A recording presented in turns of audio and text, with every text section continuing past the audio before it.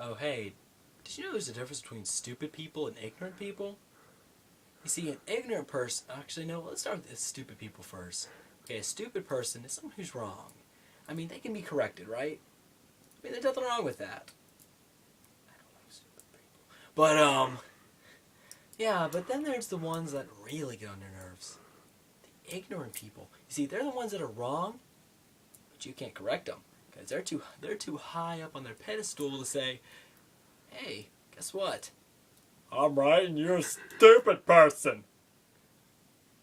You know, I don't think we get along very well with these people. You see, there's something I really want to go do to these people.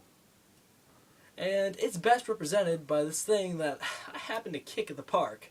Okay. Ow!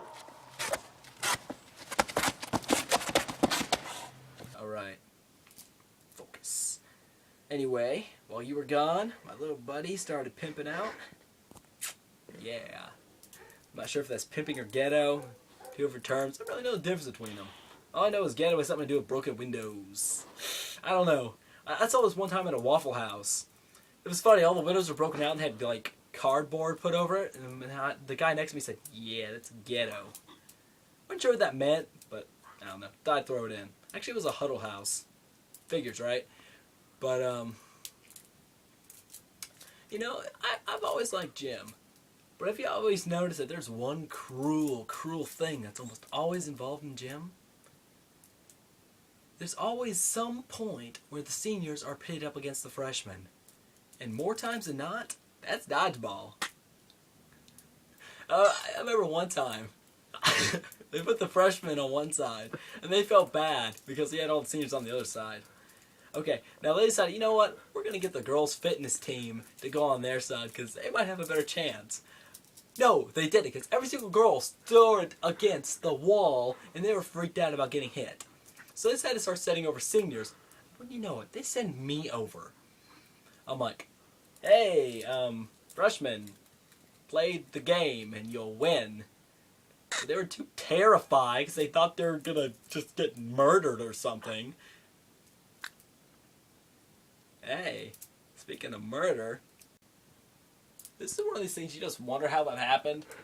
More of the store people, don't be too ghetto. Don't wear too much of that jewelry or... Wait, my little sidekick here. Oh? Anyway, besides gym, there's always one other class that always had my attention. I mean, it's nothing big, but I always liked it. It was pottery class, but it was one of those things where you end up liking you like the class, but you always end up with a teacher you hate. I mean, I hated this lady with a passion. She's one of those ones that if you didn't do your work one day, she would literally get mad and call your parents and say, "This kid's on drugs because he's not acting the same way he's been acting the past week." And then your parents get mad at you. Actually, no, they don't get mad at me. My dad answered the phone, right? It's like, well, you know what? How could he fail a class like that anyway? Because it's just art. That's not even a real class. I don't know. That somehow offended the woman. But, anyway, back in class, I decided to get my revenge. So, you know how there's always clay in pottery class, right? Well, you see, she always had this one rolling chair she loved so much. Yeah, I put a lot of wet clay in her chair. That was fun. So it kind of looked like she crapped herself for the rest of the day. I can't believe she didn't look before she sat. I mean, for a teacher who has so many people hate her, you think she'd look where she sat. I mean, I was surprised she didn't have a big brown streak and a mouth full of thumbtacks. I mean, come on. I mean, let's be fair.